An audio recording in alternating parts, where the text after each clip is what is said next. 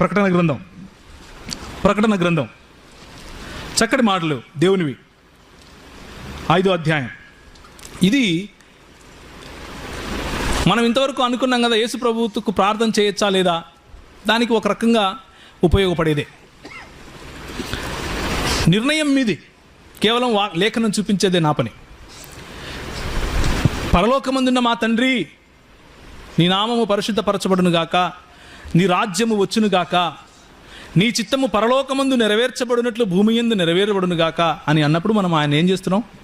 అడుక్కుంటున్నామా, ఆరాధిస్తున్నామా? ఏం చేస్తున్నాం? ఆరాధిస్తున్నాం. ప్రార్థన అంటే క్రైస్తవ దృక్పథంలో అడుక్కోవటం కాదు. ప్రార్థన అంటే క్రైస్తవ దృక్పథంలో దేవునితో సంభాషణ, దేవునితో వార్తాలాపం, దేవునికి మన హృదయాన్ని పోయటం, దేవుని హృదయాన్ని అర్థం చేసుకోవటానికి దేవుని లేఖనాలతోనూ ఆయన సన్నిధిలోనూ గడపటం.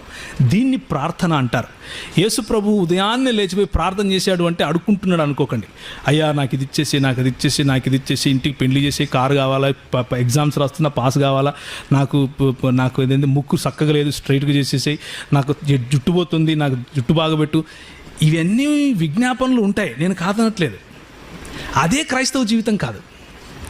క్రైస్తవ జీవితం అనేది ఆరాధనతో కూడింది. ఇబాదత్ అంటారు హిందీలో లేదా ఉర్దూలో. ఆయన్ను ఆరాధించటం, ఆయన్ని ఆస్వాదించటం, ఆయన సన్నిధిలో కూర్చోవటం, ఆయన మాట వినటం, ఆయనకు చెప్పటం, ప్రభువా నువ్వు ఎంత గొప్పవాడివి, నీ నామం ఎంత పరిశుద్ధమైంది, నువ్వెంత ఘనమైన వాడివి. దీన్ని కాన్వర్జేషన్ అంటారు. కమ్యూనియన్ అని కూడా అనొచ్చు, ఒక ఫెలోషిప్ అనొచ్చు. ఆ ఫెలోషిప్ ప్రతిరోజు యేసు ప్రభు కలిగి ఉండటం కోసం వెళ్ళేవాడు. మిగిలిన సమయాల్లో ఉండేవాడు కాదా? తండ్రితో ఫెలోషిప్ ఉండేవాడు, మిగిలిన సమయాల్లోనూ ఉండేది. ఎందుకంటే ఆయన ఆ సమయంలోనూ సర్వవ్యాపే. దేవుడు సర్వవ్యాపి కదా.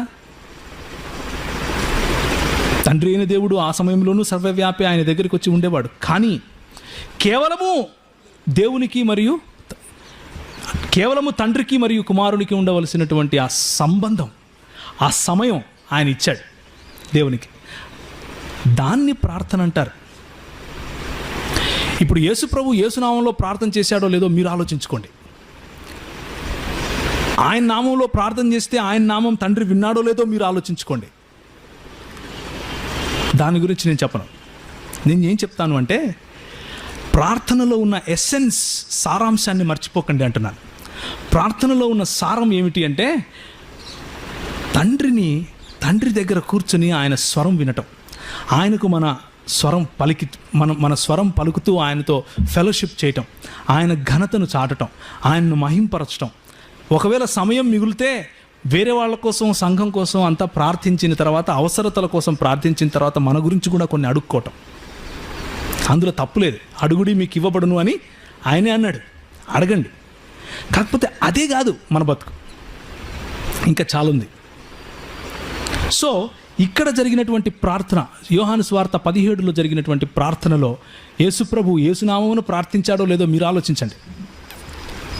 ఇక్కడ ప్రకటన గ్రంథంలో మీరు నేను కలిసి చేయబోయే ప్రార్థన చూడండి, మీరు నేను కలిసి చేయబోయే ఆరాధన చూడండి. 5వ అధ్యాయం ప్రకటన గ్రంథం 6 నుంచి చదువుతున్నా. మరియు సింహాసనమునకును ఆ 4 జీవులకును పెద్దలకును మధ్య వధింపబడిన గొర్రెపిల్ల నిలిచియుండుట చూచితిని. ఆ గొర్రెపిల్లకు 7 కొమ్ములను 7 కన్నులను ఉండెను. ఆ కన్నుల భూమి అంతటికి పంపబడిన దేవుని 7 ఆత్మలు. ఆయన వచ్చి సింహాసనమందు ఆసీనుడయ్యుండు వాని కుడి చేతి నుండి ఆ గ్రంథమును తీసుకొనెను. ఆయన దానిని తీసుకొనినప్పుడు ఆ 4 జీవులను, వీణలు, ధూప ద్రవ్యములను ఉండిన సువర్ణ పాత్రలను పట్టుకొని ఉన్న ఆ 24 పెద్దలను ఆ గొర్రెపిల్ల ఎదుట సాగిలపడిరి. ఎవరి ఎదుట సాగిలపడ్డారు? గొర్రెపిల్ల ఎదుట సాగిలపాడ. పరలోకమందున్న మా తండ్రి, నీ నామము పరిశుద్ధపరచబడును గాక అన్నప్పుడు ఏ ఆరాధన చేస్తున్నారో, ఏ ఆరాధనతో కూడిన ప్రార్థన చేస్తున్నారో అదే చేస్తున్నారు వీళ్ళు. ఎవరికి చేస్తున్నారు? గొర్రెపిల్లకు చేస్తున్నారు. ఏ దేవుడు తన స్వరక్తం ఇచ్చి సంపాదించుకున్నాడో రక్తం మీకు తెలియదా? నేను సపరేట్గా చెప్పాలా? ఏ దేవుడు తనను పొడిచిన వాళ్ళు చూస్తారు అని ప్రకటన గ్రంథం 1వ అధ్యాయం చూస్తారా? ప్రతి నేత్రము ఆయన్ను చూచును. ప్రకటన గ్రంథం 1వ అధ్యాయం 6వ వచనం.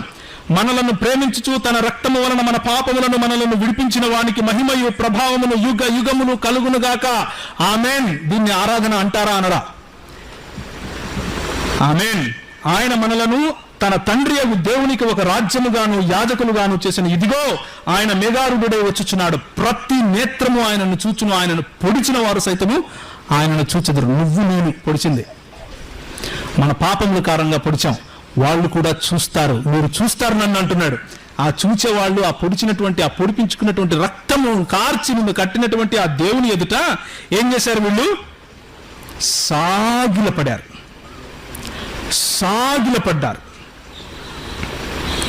8వ వచనం, ఆయన దాన్ని తీసుకున్నప్పుడు ఆ 4 జీవులను వీణెలను ధూపద్రవ్యములతో నిండిన సువర్ణ పాత్రలను పట్టుకొని ఉన్న ఆ 24 పెద్దలను ఆ గొర్రెపిల్ల ఎదుట సాగిలపడిరి.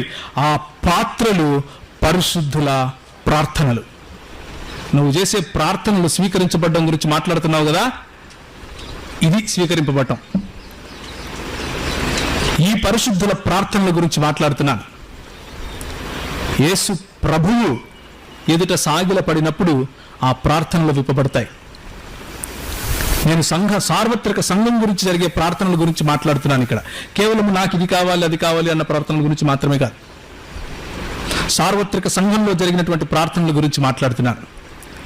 గత 2000 సంవత్సరాల నుంచి, ఇన్ఫాక్ట్ 4000 సంవత్సరాల నుంచి కలిగినటువంటి పరిశుద్ధుల ప్రార్థనల గురించి మాట్లాడుతున్నాను. గొర్రెపిల్ల ఎదుట సాగిలపడినప్పుడు అవి విప్పబడతాయి. ఆ పెద్దలు, నీవు ఆ గ్రంథమును తీసుకుని దాని ముద్రను విప్పుటకు యోగ్యుడు, నీవు వధింపబడిన వాడవై, నీవు రక్తమిచ్చి ప్రతి వంశములను ఆయా భాషలు మాట్లాడే వారిని ప్రతి ప్రజలలోను ప్రతి జనములలోనూ దేవుని కొరకు మనుషులను కొని మా దేవునికి వారిని ఒక రాజ్యముగాను యాజకులుగాను చేసితివి గనుక వారు భూలోకమందు ఏలుదురు అని కొత్త పాట పాడుదురు. మరియు నేను చూడగా సింహాసనమును జీవులను పెద్దలను ఆవరించి ఉన్న అనేక దూతల స్వరము వినబడెను. వారి లెక్క కోట్ల కొలదిగా ఉండెను. వారు వధింపబడిన గొర్రెపిల్ల శక్తియు ఐశ్వర్యమును జ్ఞానమును బలమును ఘనతయు మహిమయు స్తోత్రము పొందనర్హుడని గొప్ప స్వరముతో చెప్పుచుండ్రి. ఎవరికి ఆరాధన జరుగుతోంది ఇక్కడ? ఎవరికి ఆరాధన జరుగుతుందండి ఇక్కడ? యేసు క్రీస్తుకు ఆరాధన జరుగుతోంది. ఎవరి పేరట జరుగుతోందండి ఇక్కడ? మీరు ఆలోచించుకోండి, నేను చెప్పక్కర్లేదు. ఇంకా మహాదేవుడును మన ప్రభు అయినటువంటి యేసు క్రీస్తు ఎదుట సాగిలపడే ఒక రోజు వస్తుంది. మహాదేవుడును మన ప్రభు అయినటువంటి యేసు క్రీస్తు ఎదుట మన ప్రార్థనలు విప్పిపోయడం జరుగుతుంది. మహాదేవుడును మన రక్షకుడైనటువంటి యేసు క్రీస్తును మహిమ ఘనత ప్రభావాలు నీకు చెల్లునుగాక అని చేయడం కోసమే వెళ్తున్నాం. మనం వెళ్ళేదే అందుకు. ఇదే జరగబోతుంది అక్కడ. క్లైమాక్స్ ఇదే. క్లైమాక్స్ మీద క్వశ్చన్స్ ఏంటి? మనం వెళ్ళేదే అందుకు. మరియు నేను చూడగా సింహాసనమును జీవులను పెద్దలను ఆవరించి ఉన్న అనేక దూతల స్వరము వినబడెను. వారు లెక్క కోట్ల కొలదిగా ఉండెను. వారు వధింపబడిన గొర్రెపిల్ల శక్తియు ఐశ్వర్యమును జ్ఞానమును బలమును ఘనతయు మహిమయు స్తోత్రమును పొందని అర్హుడని గొప్ప స్వరముతో చెప్పుచుండరి. అంతటా పరలోకమందును భూలోకమందును భూమి క్రిందను సముద్రములోను ఉన్న ప్రతి సృష్టము ఎవ్రీ సింగిల్ క్రీచర్, సృష్టింపబడిన ప్రతి ఒక్కటి, యేసు ప్రభువు లేడందులో. సృష్టింపబడిన ప్రతి ఒక్కటి ఆయన్ను ఆరాధించాలి. ఆయన సృష్టి కాదు, సృష్టికర్త అని చెప్తున్నాను. ప్రతి సృష్టము అనగా వాటిలోనున్న సర్వమును సింహాసనాసీనుడైన వానికి నీ గొర్రెపిల్లనుకును స్తోత్రమును ఘనతయు మహిమయు ప్రభావమును యుగ యుగములు కలుగునుగాక అని చెప్పుట వింటిని. ఆ 4 జీవులు ఆమేన్ అని చెప్పగా పెద్దలు సాగిలపడి నమస్కారము చేసిరి.